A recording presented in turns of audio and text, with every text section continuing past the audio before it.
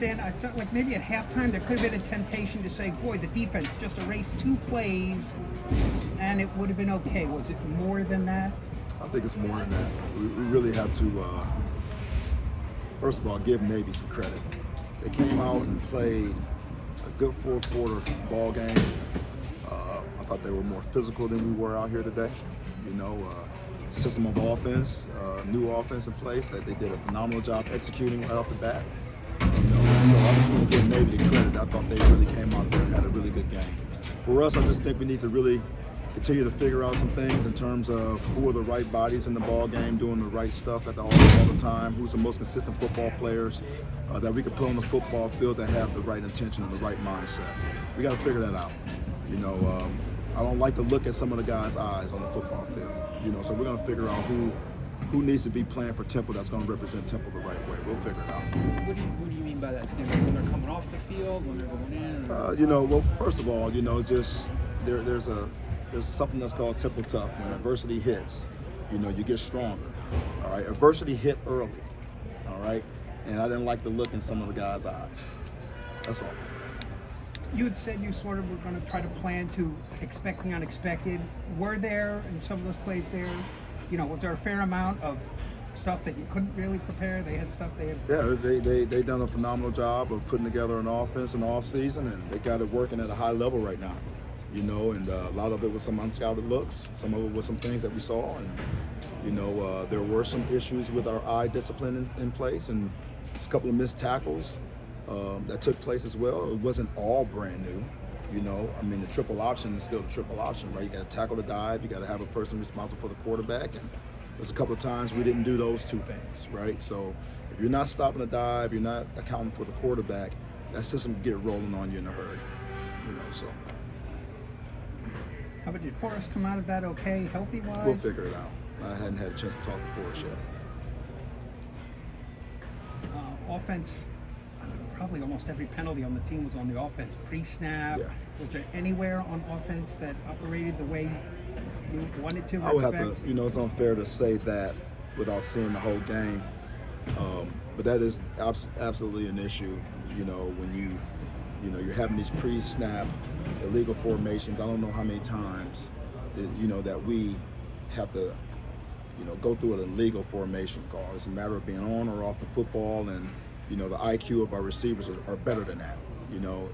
We can't let the moment get too big for us where we can't do the things that we are just day one, get lined up. You're either on, you're off the ball, so it's disappointing to live through those kind of penalties.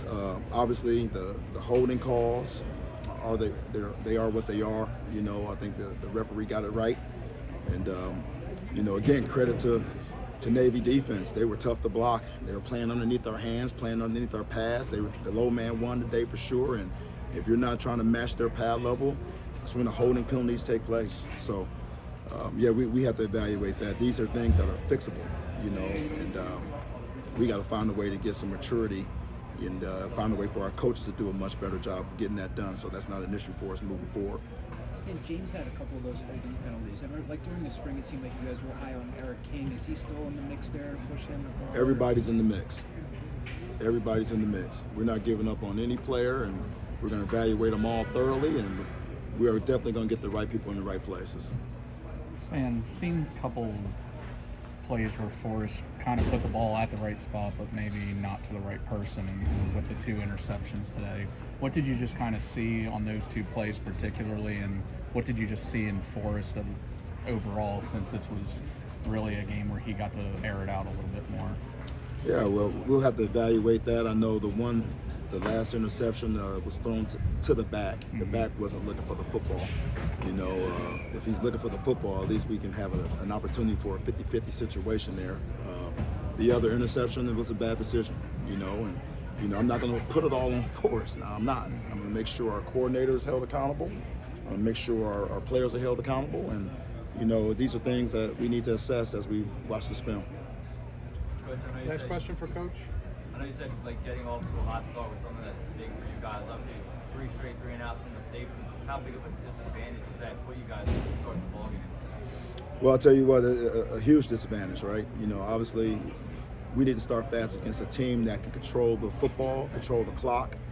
They took the ball. They deferred it at the start of the game and kicked with the wind, and so we were already playing backed up, and you have to sustain drives at that point, and it was critically important for us to do that. And the fact that we didn't do that put those early points on the board. So these are all learning experiences that we'll grow through. As I told the team, we're going through a real process here. I am not giving up on this football team. I believe that we have the right stuff in place, and we just need to put it to execution. And that's going to be on the coaches. That's going to be on the players. And we'll grow with this season, But these are some things that we're doing right now. It's just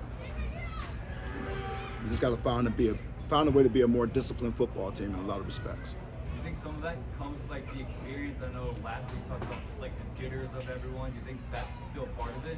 I think that's a good excuse for game one. No, you can't use that as an excuse anymore. Okay. All right? Thanks, Coach. You got it. Start rolling in a couple.